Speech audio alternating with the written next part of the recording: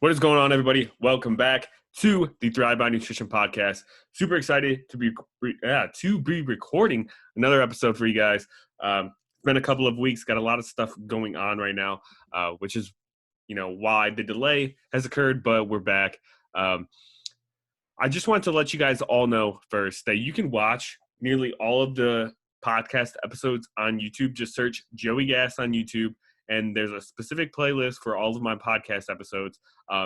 Just because I think it's really cool to be able to watch people talk, especially when I have guests on. Maybe if you don't want to watch me talk, just my face, but I don't know. I enjoy it. I enjoy watching podcasts, watching the actual people who are speaking on there, kind of interact, see their facial expressions, things like that. So definitely go check that out. And if you do check that out, I definitely apologize. Looking pretty rough recently due to all of this coronavirus stuff and not being able to go and get my hair cut. Hair is definitely getting a little long, coming over the ears. And it's definitely one of those reasons why, as selfish as it sounds, that, I just can't wait for things to open back up again. That, as well as the gym. I'm really, really, really missing the gym right now. Obviously, I've made a podcast about this recently. You can get a good workout in at home to stimulate, hypertrophy and your body composition goals. But when you are a power lifter and you love training the big three, squat, bench, press, and deadlift, and you aren't able to do those at home if you don't have the equipment for them, it's not really about the results you're getting. It's about just being able to do what you love. So it's definitely been tough, but working through it. It is a beautiful Sunday morning right now, about 11 a.m. Sun is shining. I think it's about 70 degrees outside. It's an amazing day right now. And I'm stuck inside. Well, not stuck inside, but I'm choosing to be inside recording this podcast right now for you guys because I miss you guys. So today we are going to talk about the scale. The scale is something that gets thrown around all the time on social media now. It's one of the hot topics to talk about. Is it good? Is it bad? How you should use it? So I want to give you guys the rundown. I want to tell you guys, the good, the bad, the ugly, all about the scale, what it measures, how to use it properly, if you should use it, because I know you have, one side of the camp that says you should definitely use it, another side of the camp that says to just throw them out. And I'm going to kind of give my opinion on it a little bit later on. First, I kind of want to go through more, objective information, give you guys a little bit of education on, what it actually measures and what it's used for. And then at the end, I'll kind of give my opinion on it. Anyway, let's go ahead and get started. Sorry, I had to take a drink. But what does the scale measure? So it's really important to remember that when we are looking at the scale and we're taking our body weight, we aren't measuring body fat by measuring the scale. We are not measuring body fat. We are not measuring muscle mass. We are not measuring water content. We are not measuring bone density by just stepping on the scale. We are measuring our complete body mass. So all of those factors all put together, we are measuring, not just one of those factors individually. We are measuring all of those together. So because of that, it's important to remember that we cannot decipher what's water weight if we gained or lost it, what's muscle mass if we gained or lost it, what's fat mass if we gained or lost it, what's bone density if we gained or lost it, what is just like organ mass, what we gained or lost it. We cannot decipher that. We cannot figure that out by just looking at the scale. So very, very, very important to remember. And I think this is part of the root of a lot of people's problems or their relationships with the scale, is because they think scale automatically correlates to fat loss or fat gain, when, like I said, it can be all of these things put together. It can be just one, not the other. We cannot determine what that actual weight loss or weight gain is by just a scale. It's not enough information. It's not. So that is probably my number one point. We need to remember that when we're thinking about the scale, talking about the scale, because if you start to think of the scale as something else like straight fat mass, or even if we start to think of it as straight muscle mass or whatever, we're not going to paint an accurate picture of what the scale actually is telling us. So that's super, super important. It is a tool, but it is a limited tool. It's not the end all be all. So that's really, really important to remember. So I want to talk a little bit about, what causes weight change, especially, weight change day to day. you can step on the scale, in the morning. Let's say me, for example, I step on the scale and maybe I'm like 200 pounds. I can step on the scale maybe a couple hours later and I can be like 202. Or I can step on the scale maybe 5 hours later and be, 199. Or I can step on the scale before I go to bed and maybe I'm the same. Maybe I'm 202. Our body fluctuates so much throughout the day. Um, and it fluctuates day to day as well too. So I could wake up one day and I could be 200 pounds, and the next day I can wake up and be 202, and then the day after that I can wake up and be maybe 199. I It's really normal for people's weights to fluctuate anywhere from 1 to 3 pounds, maybe even up to 4 pounds, depending on how heavy you are and what you've eaten or drank, which I'll kind of talk about a little bit later. But it's really normal for our body weight to fluctuate that much, even day to day, and especially throughout the entire day. Um, so this brings me to like why does our weight fluctuate so much? Like why do we see these big weight changes day to day or throughout the day? Um, is it fat mass? A lot of people do think that it's fat mass, and that is what kind of starts to reinforce this negative relationship with the scale too. Um, Going back to what I talked about before, a lot of people think that when we measure our weight using the scale, we're measuring how much body fat we have. So then they think when the weight changes a certain direction, it means our body fat levels are changing, which I would say 90% or more of the time, that's not the case at all. 90%, this is just a random number I'm throwing out. This isn't based off of statistics, but um, the majority of the weight changes that you see day to day or throughout the day are from water weight fluctuations, water weight changes in our body, whether our body's, holding on to a little bit more water, or we got rid of a little bit more water, maybe we sweat a little more, or we didn't drink enough water one day and we excreted a little more out. Um, Water is going to make up most of the weight changes that you see in a short period of time. Um, and just for some context, 2 cups of water is about 1 pound. 2 cups, 16 ounces is about 1 pound. So if you woke up in the morning, weighed yourself, minimal clothing before eating or drinking anything, right after waking up and go to the bathroom, and you were 200 pounds, if I just went and drank 2 cups of water, I didn't even eat anything. So obviously, if I didn't eat anything, I'm not going to be putting on any body fat or any tissue mass. But I just drink 2 cups of water and then I go and weigh myself. I'm going to be a pound heavier. Just 2 cups of water. That's it. And that can make a big difference. And just think, if you wake up and you down, maybe 32 ounces of water, you down like 4 cups of water, that's going to be 2 pounds. You're going to be heavier. So just really think about that every time you see like a 1 pound change in the scale. Maybe it goes up a pound or it goes down a pound. Just think that that could just be 2 cups of water that's different, like your body is retaining or losing 2 cups more or less of water than what it did the previous day. um, and this water retention can be influenced by a variety of factors. It can be influenced by what our sodium or salt intake was the night before, what our carb intake was the night before, what like stresses we have. Stress can also cause water retention too. How was our sleep? How was our training? Very, very intense training that is very stressful on the body can cause extra water retention too.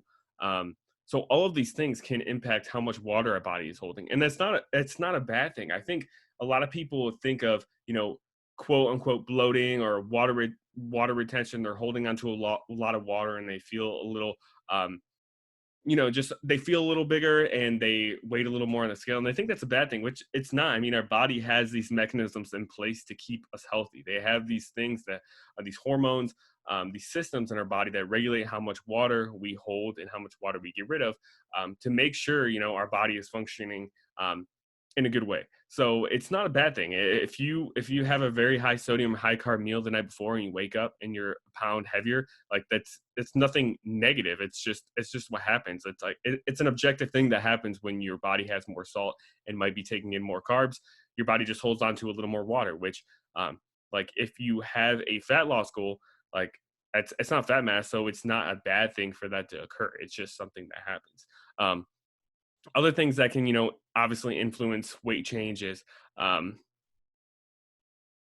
is like food waste. Um, so if you basically if you have a lot of food and you haven't gone to the restroom in a while, you could be holding on to just more food waste in your body, and that could cause your weight to be a little higher. It's not going to be um, as much of it make as much of an impact as water weight, but it can make a difference, especially when we add on these other factors. Another thing that can influence the weight on the scale is muscle mass. So if you are gaining muscle mass, the scale will start to go up. It's not going to go up extremely fast, trust me. Like if you put on a pound of muscle in a month, an entire month, that is amazing progress. Especially if you are past the beginner stage. If you're putting on a pound of muscle and you're in the intermediate or advanced stage, that you're doing great. That is a really really fast rate of muscle gain for someone of that level. Also, things like organ mass, like if we are storing more glycogen in our liver is just going to weigh more. It's storing more glycogen in there. It's probably going to have more water in there. Other organs too, like they also, the size of them can change a little bit depending on if we have been in a calorie surplus or a calorie deficit, or they can change based off of water weight too. Um, and then obviously fat mass. Fat mass can play a role too. I know um, we get into this kind of mindset, a lot of coaches do, where we obviously don't want our clients to stress out about if the scale goes up a pound over the weekend, if it goes up 2 pounds over a weekend of maybe having fun during a holiday, eating a lot more, drinking a lot more. um, we don't want our clients to stress about that. And I've been on the record saying before, if you gain 2 pounds maybe on a Saturday night over the weekend, that's not going to be 2 pounds of fat mass, which is true. If you gain 3 pounds, let's say you gain 3 pounds um, because of, you went out to eat more with the family, those 3 pounds are probably not going to be all fat mass, but some of it might be. Like if you ate in a calorie surplus all weekend, some of it likely is fat mass, but a very small percentage compared to what you actually think probably is fat mass. Like I said, most of that 3 pounds is probably just water retention that we get from things like sodium, carbs, the things I mentioned before. Um, but I think it's important to just kind of mention that if you do gain weight like that, a small percentage of it probably is fat mass, but don't freak out. It's not all going to be fat mass. Most of it is going to just be water weight. Um, but I think one thing to ask yourself too, if you're using the scale and you're having a very negative relationship with it, think about how often you're weighing yourself. Um, One of the biggest mistakes that I see people make is that um, well, first let's go back to if you are weighing yourself. Um, too often. So if you're weighing yourself multiple times throughout the day, like I said, our weight is going to fluctuate so much throughout the day. So you're just going to get yourself, I don't know, if you don't approach it very, very, very objectively, and you just look at, if you weigh yourself multiple times, like 3 times a day, you can get in a trap of where you kind of get into your own head about how your weight is moving. So if it goes up a couple pounds and maybe you're counting your calories or counting your macros and you say you're going to eat this much to, approach fat loss, and you see that number be a little higher in the midday than what you thought it would be or you wanted it to be, you could get in this trap where then you end up adjusting your nutrition program midday because you see that weight on the scale kind of go up. And that's what we don't want. We don't want you to be prematurely making adjustments to your nutrition plan throughout the day because of, midday weight fluctuations. We don't want that. So if you're weighing yourself too often like that, that can be a problem too. But also if you are weighing yourself uh, too little, so not often enough. So I see some people, maybe they have a bad relationship with the scale, and they choose to weigh themselves once a week. And I think that uh, can bring on a worse relationship with the scale than the method I'll kind of explain after this. But if you weigh yourself once every week, so maybe you weigh yourself every Monday morning, um, our weight fluctuates day to day so much. Like I said before, it can fluctuate 1 to 3 pounds. So let's say if you start a fat loss phase and you're 200 pounds, um, and you weigh yourself on a Monday, and then next Monday comes rolling around, and maybe Sunday, maybe you were spot on with your calorie goal, but you just had more sodium. You just had a meal that was higher salt. Maybe you made some tacos with some taco seasoning or something, some kind of Mexican food, and you had more sodium. And that bumps up your weight maybe 2 pounds. Maybe you're holding on to like 2 pounds more of water weight that next Monday morning when you weigh yourself. And if you do that, that kind of tells yourself, if those are the only two data points that you have, that you overate that whole entire week. It tells you that you overate that whole entire week. You probably gained fat mass or water weight, which if you're on spot with your nutrition the whole entire week and you just had that high sodium day the day before you're weighing, like that can definitely happen. Your weight can spike up that much, and even though you were in a calorie deficit the whole entire week. So I think taking, one weight per week on a certain day is kind of dangerous when it comes to actually measuring progress because of that um, day-to-day fluctuation that we see. So how do we avoid those day-to-day fluctuations, or account for them, or avoid that trap of thinking we gained fat mass possibly, or we were off on our nutrition when we actually were on? Um, my recommendation is to take a weight daily, one weight daily every morning after you wake up. Minimal clothing, you go to the bathroom, before you eat or drink anything. Take a daily weight day to day, calculate an average of that every single week. So every single week, you're going to have a 7-day average of what your weight was that week. And then instead of comparing those day to day weigh ins that you have every single day, compare those weekly averages as the weeks go on. So if you are in a calorie deficit and you're trying to lose maybe, let's say, an average of a pound a week, you want to see that average weight go down about a pound a week, trend down. Um, and then if, like, other way, if you're trying to gain weight or put on muscle slowly, and you want to gain maybe a couple of pounds a month, or let's say maybe you want to do it a little faster and gain like a pound a week, you want to see that average kind of trend up.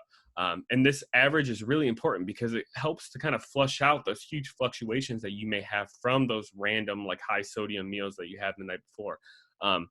So if you're weighing yourself just once a week, you can't really flush out those huge spikes in weight due to water retention. But if you take a 7-day average, you can average those out, and kind of eliminates those huge fluctuations. So you can really get a full picture of how the scale weight is trending. Now, if you're somebody who taking your weight day to day just really stresses you out, I think let's say this. I think some people, they try to avoid things that make them feel uncomfortable instead of asking themselves like why they feel this way. Like, is it a lack of education about the scale? Is it a lack of understanding of what the scale measures? I think you should approach or look at those issues first and see if you can get over those. Because I don't think we need to just avoid certain things that make us feel uncomfortable. Um, I think we don't grow and learn that way. I think we need to look at those things, um, ask ourselves those questions, like I mentioned, and then figure out a way, like, if we can get to a good place or a good, healthy relationship with the scale. But if for whatever reason you cannot do daily weigh-ins, and it really throws off your mindset, instead of doing weekly weigh-ins, I would do maybe push it to monthly weigh-ins, maybe once a month, just because a month is a long enough period of time if you have a weight loss goal to probably see weight loss, regardless of if you do have a high spike in your weight by the end of the month. So let's say if you were trying to lose, a pound a week by the end of the month, that's 4 pounds in a month. And even if you do have a high sodium meal and your weight spikes up 2 pounds, you'll still see a 2 pound loss there, and you'll still kind of know that you were in a calorie deficit. Now it's not going to show the same amount of loss that you actually really had, but just the longer period of time that you go without weighing yourself before the next time, the less likely that a huge spike will tell yourself that completely were off with your nutrition. So, just to refresh, I would recommend 100% day-to-day weigh-ins, 7-day averages, so you have a trend and you have data to look at. But if you really, really, really cannot do the scale, I would say maybe once a month, pick a day. But still keep in mind that if you had a high sodium meal the night before, your weight could be off. So um, that's my kind of recommendation on how to use a scale as far as like when to weigh yourself, how often. But I want to talk about how a lot of people seem to approach the scale now. And I see a lot of coaches kind of approach it this way too, um, which I think can kind of lead to a negative kind of mindset around the scale too, without even realizing it. So we've obviously talked about, if our weight spikes up a pound or two in a day, that it's likely just water weight fluctuation. It's likely just holding on to more water. And there's no reason to feel overly negative about it or feel negative about it at all, because it's just, a normal fluctuation. It's probably water. But what I see a lot of people doing, even coaches, is celebrating when their weight goes down a pound from the previous day. So the opposite, basically. So if your weight goes up a pound, no big deal, it's just water. But if the weight goes down a pound in a day, then we seem to praise it as if it's fat loss and you're doing great. Which who's to say that 1 pound loss isn't just water weight loss too? There's no way to know that if it's water weight loss or fat loss, but because it's going in that direction that we kind of want, we automatically praise it. But I think where this could cause a problem with someone's mindset is if they lose that pound, maybe their pound goes down in a day and they get super excited about it. And maybe even their coach gets excited about it, maybe post a screenshot of their text message on social media, says, oh my God, this person's killing it. And they really praise that number going down a pound. But then the next day, and it ends up going back up to what it was the day before, or maybe even a little higher. Then you get into this situation where, okay, well, I praised that 1 pound weight loss in a day, which, meant I was on track. Now I have to try to shift my mindset. And despite, my weight going up a pound or a pound and a half, I have to try to tell myself it's just water.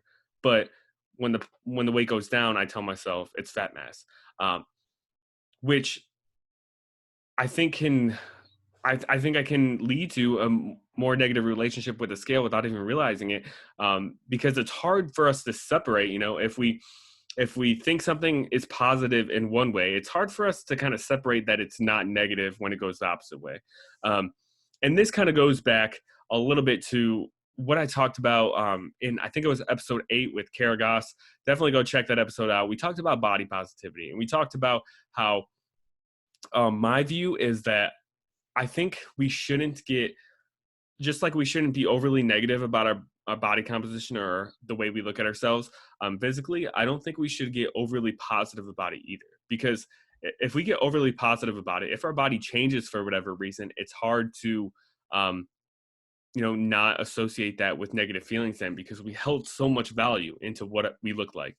And I think the scale goes the same way. If we hold so much value, positive value even, on that, 1 pound weight loss in a day, then when that 1 pound weight loss or weight gain comes in a day, it's hard to separate that from those negative feelings. So I think we need to kind of stay neutral when it comes to day-to-day weigh-ins, even if it is a weight loss and weight loss is our goal, and look at those weekly averages. Those weekly averages are going to be key, because that's, concrete data that shows us a trend when day-to-day weight changes, even if it's weight loss, doesn't really show us that trend. So that's my little spiel about that. I don't think, like, if I step on the scale, I'm 200, the next day I'm 199. If 199 is the lowest I've been in months, then, that might be something to celebrate, because it shows the trend, it keeps going down. But singularly looking at one weigh-in versus the next, and it being a pound less, I don't think it's something to extremely really celebrate, because it doesn't tell us that it's fat mass. It could just be water weight. So hopefully that all made sense. Let's see. I got some notes on what else I kind of wanted to talk about, but I think we pretty much covered everything. The next thing is to just use a variety of tools then. If you are utilizing the scale, don't just utilize the scale. Take notes, even if it's just mental notes on how your body actually looks. Like look in the mirror, maybe take progress pictures. I think progress pictures are great to use in combination with the scale. Think about how your clothes are fitting each week. Um, think about, if you're gaining strength in the gym, are you looking leaner? Um, I think a really cool way and a really good way to use the scale, even if you're not even actively trying to change your body weight, I think it's, if you're somebody who's going to the gym a lot, measuring your strength progress, um, I think it's really cool to look at the number on the scale and compare, how um, how your strength is compared to your body weight, and then see how it is at a different body weight. Like, for example, let's say if I was 200 pounds and I could bench 250. If I cut down to 190 and my strength stays the same at 250, that's a huge win, because a lot of times when you lose mass, whether it's fat mass or just mass in general, your leverages change. It gets a little harder to move a little bit of weight, and you lose a little bit of strength. But if you are able to maintain that strength while you lose weight, that's a huge win. Um, Same goes for kind of the opposite direction. If you maintain your weight, but your strength goes up, that's telling you that, you're getting stronger at that body weight, which I think is really important to just kind of be aware of that, because it can, build a little bit more motivation towards your strength progress, your training progress, when you can, quantitatively see these changes in your strength numbers or the scale, and see, you just going in a positive direction with both of those. Um, so that's kind of my talk on the scale. I didn't want this podcast to be super long, um, but I just wanted to kind of reinforce why I think some people are approaching it the wrong way, as far as um, not weighing themselves enough, or maybe weighing themselves too often, not taking weekly averages to kind of flush out those fluctuations, and by celebrating short-term reductions in the scale, meaning if the scale goes down 1 pound in a day, don't think about really celebrating that. Just look at it neutrally and in a neutral manner, and then look at the average um, at the end of the week. So hope you guys like this podcast. Hope it was helpful information. Hopefully, if you do have kind of a negative relationship with the scale, you can look at it a little bit more objectively, realize it doesn't just measure fat mass.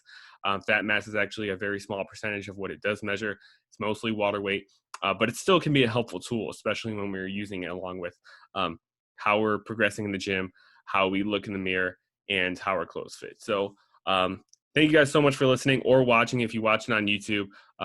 Like always, subscribe to the podcast if you like it. Take a screenshot of it, post it on your Instagram story, post it on Facebook, post it wherever if you really took something away positive from this. And, I'll talk to you guys in the next one.